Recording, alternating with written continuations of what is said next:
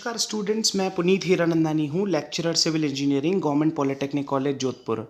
आज हम civil final year के एक सब्जेक्ट को यहाँ टच कर रहे हैं। सब्जेक्ट है C305 water supply and sanitary engineering. इसमें आज हम एक टॉपिक डिस्कस यहाँ करेंगे।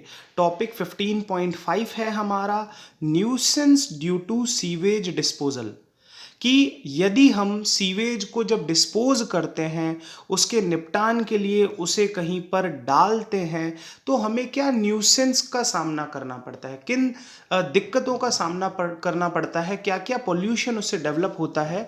तो आज स्टूडेंट्स हम यही जानने का यहाँ प्रयास करेंगे। तो चलिए समझते हैं। देखिए, सीवेज का जो मुख्य कंपोजिशन होता है वो हमें पता है, वो उसके मुख्य रूप से स्रोत पर निर्भर करता है। सीवेज में 99.9% लिक्विड होता है और 0.1% इसमें ठोस कण होते हैं। अब देखिए स्टूडेंट, जब भी हम लोग सीवेज को डिस्पोज करना चाहेंगे तो हम ये चाहते हैं कि वो आसपास के किसी वाटर बॉडी में डिस्पोज हो जाए।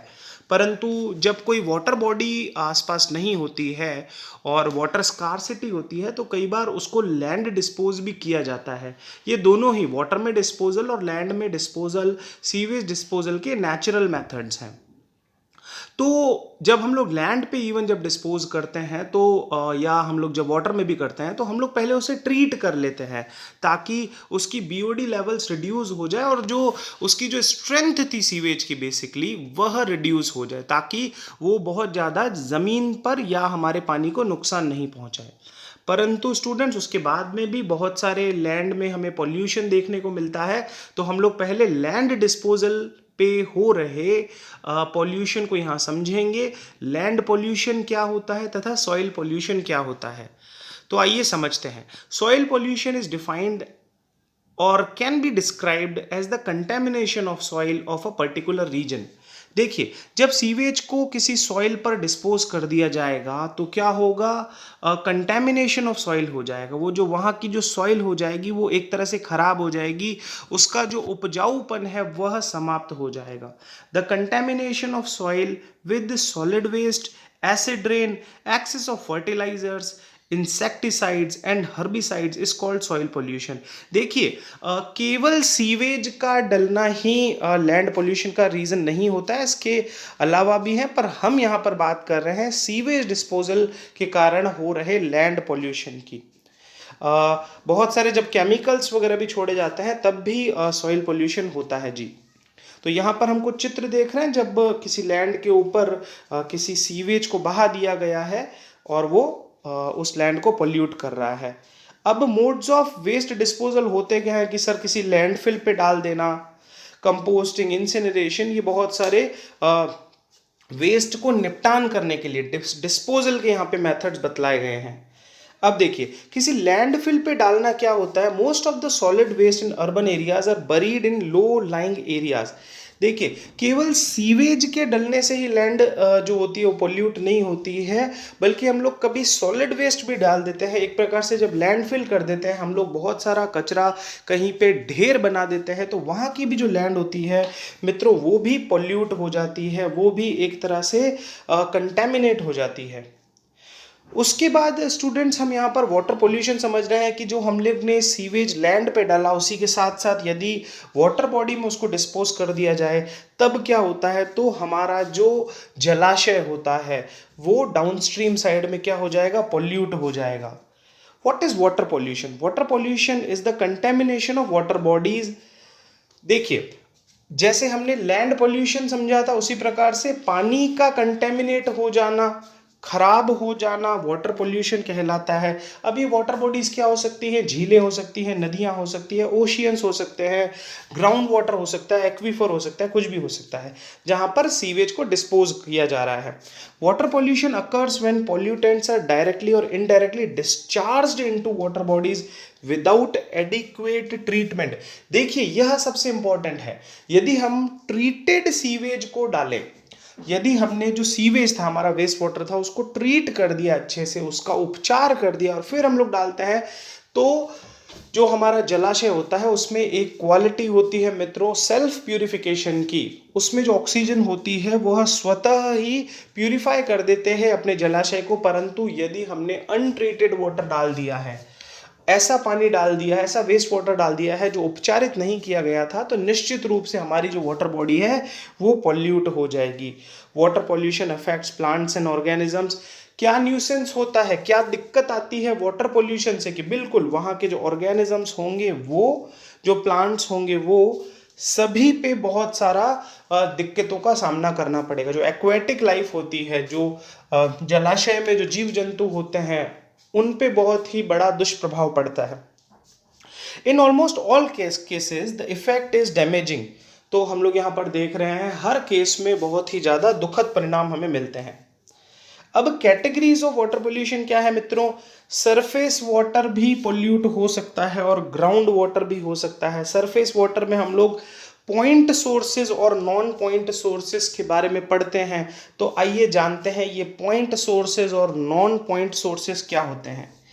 देखिए, पॉइंट सोर्सेज वो वाटर पोल्यूशन होते हैं, refers to contaminants that enter a waterway from a single identifiable source.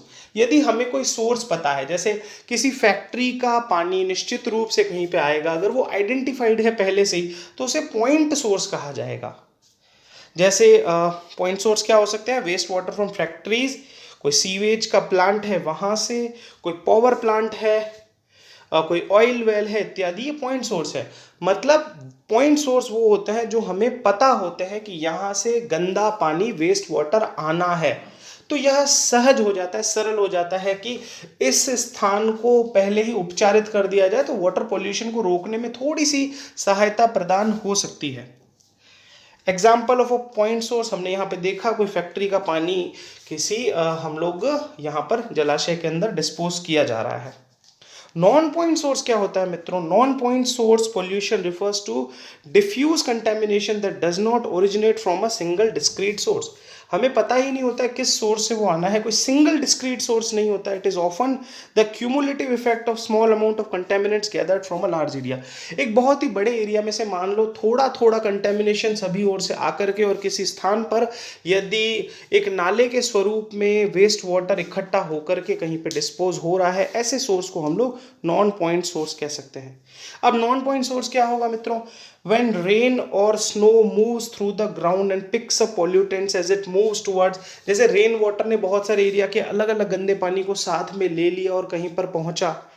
दूसरा, the run off fertilisers from animals and cropland, air pollutants getting washed or dispose to earth, storm water drainage from lawns, parking lots and streets. अब देखिए, अब यहाँ पर हम देख रहे हैं कि कोई एग्रीकल्चर का कोई है, किसी के खेत का कोई गंदा पानी है, वो एक तरह से डिस्पोज ऑफ हो रहा है।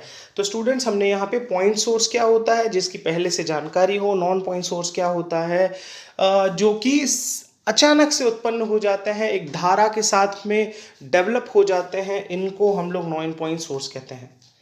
Effects of water pollution, pollution के क्या क्या इफेक्ट्स होंगे वाटर पोल्यूशन के? देखिए, number of water borne diseases हो सकते हैं। मरीन लाइफ, बहुत सारी, एक तो पानी से रिलेटेड बीमारियां उत्पन्न हो सकती है। यदि हमारा जल दूषित होगा तो जल से संबंधित बीमारियां हो सकती हैं। दूसरा, मरीन लाइफ जो होंगी, जिसकी हमने बात करी थी, एक्वेटिक लाइफ जो होगी, जो जलीय जीव जंतु होंगे, उन पे दुष्प्रभाव पड़ेगा। और carcinogenic pollutants found in polluted water might cause cancer, इतनी खतरनाक बीमारियां भी हो सकती हैं। सॉल्यूशंस ऑफ वाटर पोल्यूशन, अब हम बात करते हैं कि वाटर पोल्यूशन के सॉल्यूशन की हम लोग क्या करें, उसके निपटान के लिए, उसके उपचार के लिए हम क्या करें। प्रिवेंट ग्राउंड वाटर कंटेमिनेशन, कुछ ऐसा करें कि हमारा जो ग्राउंड वाटर है वह खराब नहीं हो। Greatly reduce non point run of, reuse treated wastewater for irrigation, find substitute for toxic pollutants, practice 4 hours of resource use। देखिए, ये बहुत ही इंपॉर्टेंट कंसेप्ट होता है। चीज़ों को रिफ्यूज करो, उपयोग में मत लो, रिड्यूस करो, कम उपयोग करो, रिसाइकिल करो, बार बार चीज़ों को मटेरियल्स को रिसाइकिल करते रहो तथा रीयूज करो, बार बार यूज़ करो। तो अगर हम लोग हमारी जीवन शैली में 4 आर्स को इंक्लूड कर देते हैं तो निश्चित रूप से किसी भी प्रकार के पोल्यूशन को रिड्यूस किया जा सकता है। अब various acts to control pollution, क्या क्या एक्ट्स बने हैं? तो water prevention and control of pollution act बना है 1974 में। Air prevention and control of pollution act बना है 1981 में। एनवायरमेंटल प्रोटेक्शन एक्ट 1986 में, जिसको हम लोग सॉलिड वेस्ट पोल्यूशन कहते हैं, और नॉइस पोल्यूशन रूल्स बने हैं 2000 में। तो स्टूडेंट्स, ये था हमारा आज का टॉपिक जिसमें हमने पढ़ा nuisance due to sewage disposal. तो एक बार जल्दी से इसको रिवाइज कर लेते हैं कि nuisance due to sewage disposal क्या होता है, उन दिक्कतों के बारे में हमने बात करी, उस पोल्यूशन के बारे में हमने बात करी जो कि सीवेज के द्वारा, वेस्ट वाटर के द्वारा होता है। तो यदि लैंड पोल्यूट होती है तो उसे लैंड पोल्यूशन कहते हैं, वाटर पोल्यूट होता है तो उसे वाटर पोल्यूशन कहते हैं। और उससे हमने अलग अलग दिक्कतों के बारे में यहाँ पर समझा, और अंत में उसके समाधान के बारे में भी हमने बात करी कि किस प्रकार से ऐसी दिक्कतों से बचा जा सकता है। तो अगर सरल रूप में हम लोग देखें तो हमें सीवेज को डायरेक्टली कहीं पे भी डिस्पोज नहीं करना चाहिए। सीवेज ट्रीटमेंट प्लांट पे अलग अलग मेथड्स को यूज़ करते हुए सीवेज का, हमारे गंदे पानी का, वेस्ट वाटर का ट्रीटमेंट करने के बाद ही उसको कहीं पर ही निपटान किया जाना चाहिए, डिस्पोज करना चाहिए। तो लास्ट में हम लोग एक टैग लाइन पढ़ लेते हैं, if everyone would help to save the earth we would live in a safe environment. यदि सभी का सहयोग होगा तो हम हमारी धरती को बचा सकते हैं और एक सेफ एनवायरनमेंट क्रिएट कर सकते हैं। धन्यवाद साथियों।